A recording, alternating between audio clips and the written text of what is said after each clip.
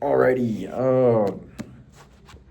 time to do the analysis for God Emperor of Dune.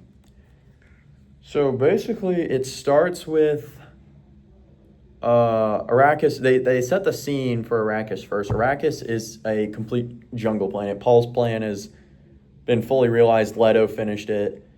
Arrakis is a jungle world now. And it's completely populated. There is one small section of desert that Leto has kept alive for himself because as a sandworm, he hasn't revealed it to the public yet. He doesn't want anyone to know, but he is developing the weakness to water. Like he used to actually not have it. He used to be completely fine with water, but it started as a phobia, and then it grew into a full on like he can't touch water. So he has a section of desert cut out for himself where he can fully swim around. It's really cool. Leto is huge. It's like 20 feet tall, I think. He's got a worm body, and he has a lot of helpers. He doesn't like to be lonely. Because after his sister died, Ganima, he was really depressed. Because the book also centers a lot about humanity and how Leto is kind of regaining it. Because when Ganima died, he kind of lost it, like his humanity a bit, and he kind of started viewing himself as a god above everyone else. And then fun fact, in the Dune Encyclopedia, it says that Ganima lived 300 years. Yeah, this is cool. Because at this point in the Dune universe, everyone still has normal lifespans. If anything, it's a bit shorter because of all the dangers of living on Arrakis. It eventually goes up in 300. It's like a normal number, but so he has advisors. He has like a personal advisor, Mineo. I love Mineo's dialogues with the God Emperor. It's really funny because it's almost like a sitcom because he just keeps yelling like, whenever he needs something. Like Mineo, Mineo. Mineo is part of the Atreides line. Leto's plan for the breeding program has also been a complete success. He has developed he has just raised and only the Atreides line. Everyone else still has normal reflexes. The Atreides line has super speed now, which is really cool. Like Mineo's supposed to be an old man, but he can literally just dodge. Because there's a point where Duncan Idaho tries to fight Mineo because he's just so angry. And Mineo literally just dodges circles around this dude. And it's because he's just like super fast, super strong. The Atreides genes are insanely powerful. But he develops a genetic trait. And it's insane. There's like a huge breakthrough. In one of his sister's descendants, Siona Atreides, she is immune to prescience, which is like that vision of the future that Paul has. So basically, he can't actually see her, which is a really cool idea. And to keep tabs on Siona, he has one of his warrior because his army is no longer Fremen. Fremen are kind of forgotten because it's a desert planet. No one's struggling to survive. So Fremen culture kind of died. It comes back, but it's kind of dead right now. And so he has an army of hyper-aggressive women called fish speakers, only women. And he explained his reasoning for this was because that in occupational situations, which is what most of his rule was, it was like an occupation, men were known to take advantage of the citizens there, like women and children, and raid and pillage and just be kind of like asses. And so he decided that he would only have women be his army. And it leads to a funny dialogue between Duncan Idaho and Mineo. Because basically it's teenage women around each other a ton, and Mineo describes it as hormones are running rampant, so it's almost guaranteed that there's going to be a lot of lesbians in the army. Because Duncan Idaho, I think, caught like two of the warriors like making out or something, and he was like flabbergasted. He's like, "You gotta do something about this, dude." Like, it's two girls kissing. And he just flips his shit over two lesbians. And Maneo's just like, oh, well, I mean, literally what? It really influenced my thinking a lot, actually. But it's like, literally, just like, what harm does it do anyone? Like I can choose not to care, and then it literally affects nobody. And then, and that's kind of what Maneo's trying to get Duncan to realize. And then he's just like, well, I mean, most of the time it ends up just being like a phase they move out of. But even if they don't, like, it literally just does nothing for or against us. Duncan hates us. He's like completely in shock. He's like, because Duncan's like an old-fashioned thinker. Because what happens is they keep bringing him back. So basically, the God Emperor has a constant companion, and that is Duncan Idaho. And every time Duncan dies, he makes a new clone, brings his memories back, because they found out that process in Dune Messiah where they just like put him through like a super traumatic experience, which for Duncan is forcing him to try to kill Paul. And they have face dancers like turn into Paul so that he can look like him. And so there's a ton of Duncans, and you realize partway through the book, Leto kind of reveals the information. Almost none of the Duncans actually live a full life. Eventually, every Duncan turns against Leto. Because Duncan's servitude to the Atreides was for a debt to the original Leto. The debt then extended to Paul because he thought Paul was a very worthy successor. He thought Paul was an amazing dude. He loves Paul like a son. He doesn't like what Leto's doing, though. He's not a fan. He is not a fan of being a dictator for 3,500 years.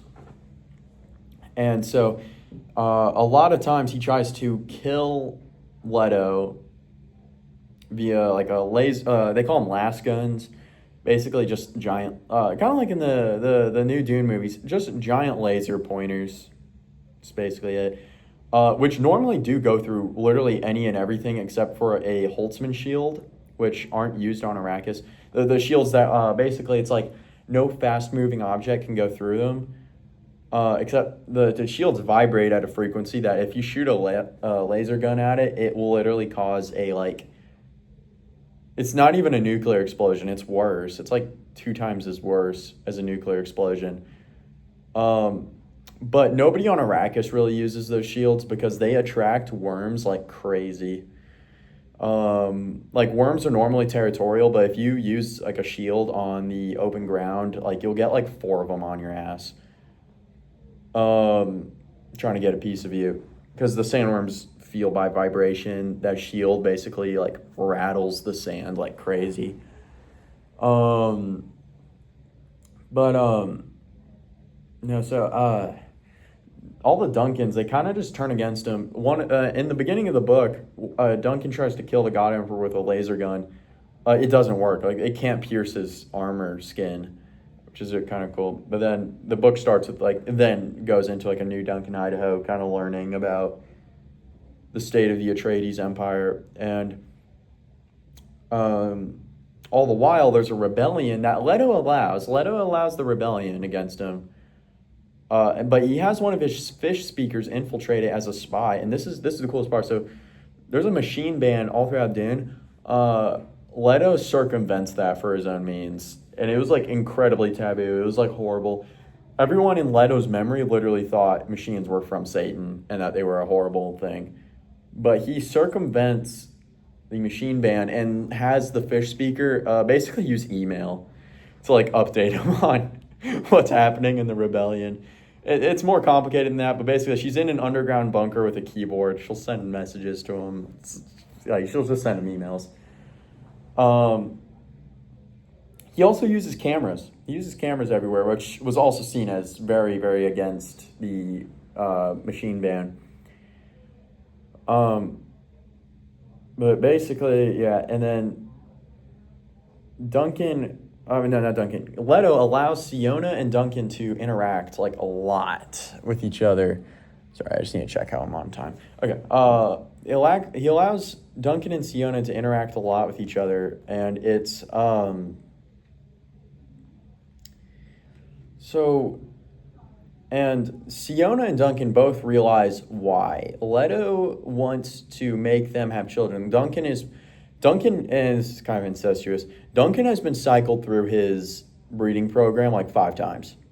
Probably more, actually, because it's like 3,500 years. But he puts Duncan into his breeding program a lot. So there's already Duncan Idaho genes in the Atreides family. But he wants Siona, who now has the ability to resist being found through visions of the future, with Duncan. And Duncan hates this. Duncan's like, I'm not a stud. I'm not gonna do that. That's weird. And Siona's like, I'm not playing into anything Leto says. And all the while, people from Ix, and Ix is it's basically a planet known as a machine world. Like, they build machines that do not defy the jihad and the ban against machines. Like Hayliners, which are like the ships that the guild uses to fold space, which are like huge too. They're like giant funnels that are like 10 miles long. That was where most of them get manufactured. But Ix also figured out no technology, like NO. There's no rooms, no ships, no globes. I think that's it. No ships are a huge plot point, actually, in the next few books. But in God Emperor of Dune, the technology is just again being innovated. I say again because in some of the expanded universe Dune books, it's someone stumbled upon this technology earlier, but then it got lost. But no, so basically there's a no room, and in this no room, prescient visions are blocked as well. So in this no room, the Tleilaxu and the Ix collaborated, and they made a cloning machine.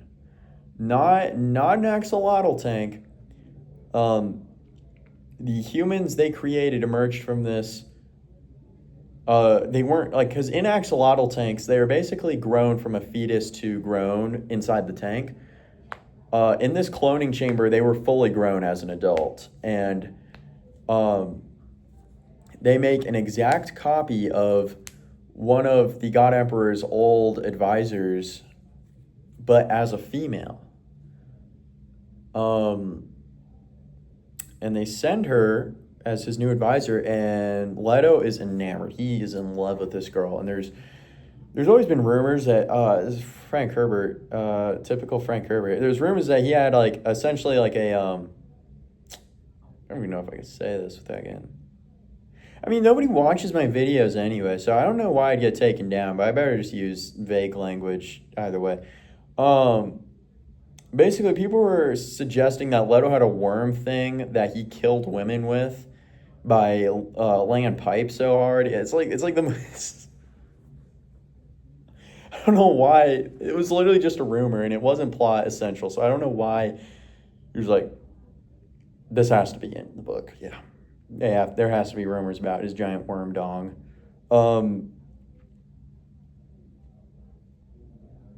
It's just so gross. But anyway, that's not what it is at all. That's because Leto basically is. I mean, you could probably guess by the fact that he's literally like half worm. He's infertile. He can't have kids. So all his attraction to this girl, and her name's Hui. His attraction to Hui is all romantic. And she's romantically attracted to him, but she's not physically. She's physically attracted to Duncan Idaho, and she ends up cheating on Leto with Duncan Idaho. Leto knows. So I guess that makes Leto a cuck. If you think about it, God Emperor of Dune is a... But anyway,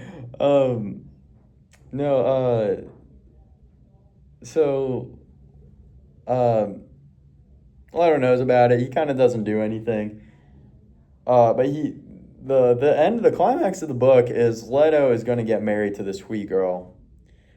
And And Duncan Idaho, whether he wants to be or not, he is Leto's stud. He's slept with two of the fish speakers, uh, and Hui, and eventually Siona, but that's like out off book. It's like in between books 4 and 5. Um, but no, and then also Leto at this point in the world, it's really cool. The world building's really cool in this book. Leto has completely crippled the economy. Sandworms, I mean, because of all the water, Leto is now the only surviving sandworm, and he's not even a full sandworm. So spice production is now essentially halted to whenever and wherever Leto wants to make more, because he can make more. Like, he can produce spice, and he also has like a permanent supply of his own, because sandworm blood is that like water of life stuff. So he's like permanently high the whole book, which is kind of funny. No, and Leto has a giant hoard. Leto has literally all of the spice the universe produced before the sandworms died. And at the beginning of the book, he actually finds one of the old Harkonnen hoards for spice. Takes all of it, and basically whoever rewards him gets spice. But you can imagine, with all the spice not going to navigators, basically the guild doesn't do much anymore. They travel. They literally only travel as an envoy for the God Emperor's army of fish speakers. Because leisure travel and moving travel is so expensive that no one can afford it. No one, like not a single person, because he regressed. He was pro machine, but he regressed technological advancement back to the point where everyone was living in cottages again, like villages, cottages, no vehicles, no nothing. It was all simple living. And along with that, to prevent free thinking, he banned mentats so that no one could ever get that smart. And he suspected that the Bene Gesserit were training mentats behind his back, and he was right. They were. They kept the tradition alive. But he didn't do anything about that. Which also kind of works along with the fact that Leto's visions of the future were now 1 million times better than Paul's. He could see thousands of years in the future, so he knew literally exactly what to do. And the same thing with Paul, he lost all his free will. But despite things going wrong for him, he's doing exactly what he is for a purpose, to not save, but like make everything good again. And help humanity survive the coming crisis, which he starts introducing in God Emperor and very heavily talked about in the next 2 books, Heretics and Chapter House. But he, man, where was I going with that? Leto, I think in that wedding, there's an assassination attempt. Duncan, Idaho, Siona, they shoot down his cart. Oh, that was another thing. Jabba the Hutt was totally inspired by Leto too. They just made him super dumb, because Leto also had like a sled that he was on. Basically, as he was, because he had to be so fucking extra. Yeah, he had to be so extra that he had to glide down from a mountain to the village he was getting married at. It was just so ridiculous. You had to be glided down to the village, and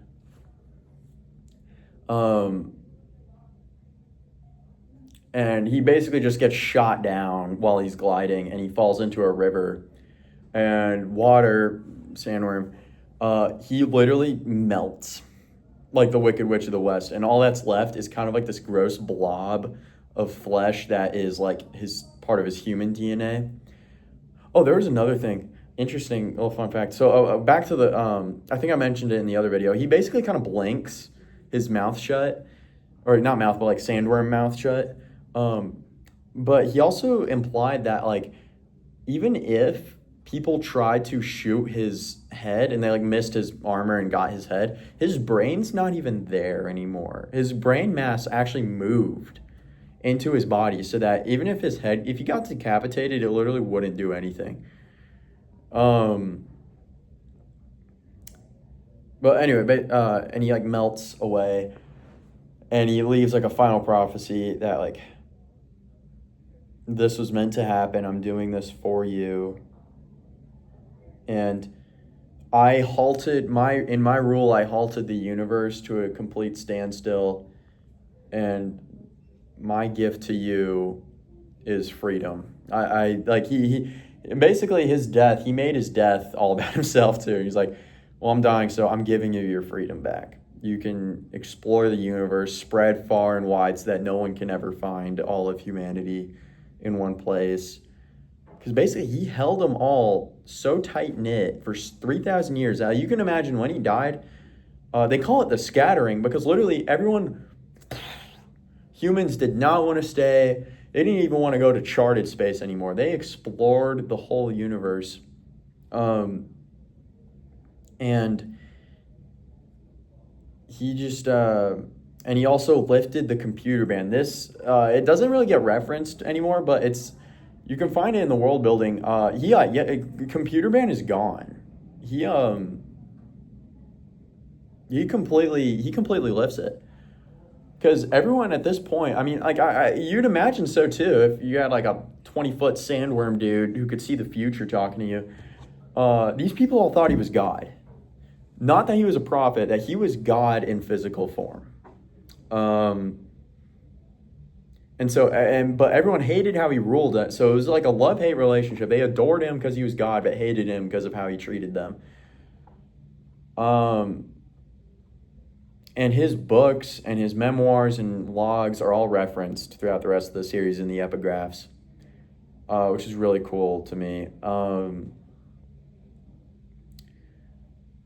But yeah, no, and then Siona and Duncan, after the book, they go on to have like a ton of kids. And then the Atreides gene, because there's a ton of kids and because everyone's scattering, basically you can imagine the Atreides gene spread to basically everyone. Everyone has Atreides genes, everyone has the super speed, everyone's life expectancy and physical qualities went way up because Leto's breeding plan worked. He didn't have the same goal as the Bene Gesserit, though. He had the goal of creating the most pristine physical bloodline and then having it spread like wildfire so that everyone could have a part of it. So that's why in the next two books, tracing your lineage back to an Atreides isn't really all that much of a big deal. But yeah, no, it's such a cool book. It's literally like one of my favorite books, point blank, period. Like, it's so good. It's so good. Anyway, no, I've been ranting for a while, so yeah. Heretics of Dune tomorrow, so yeah.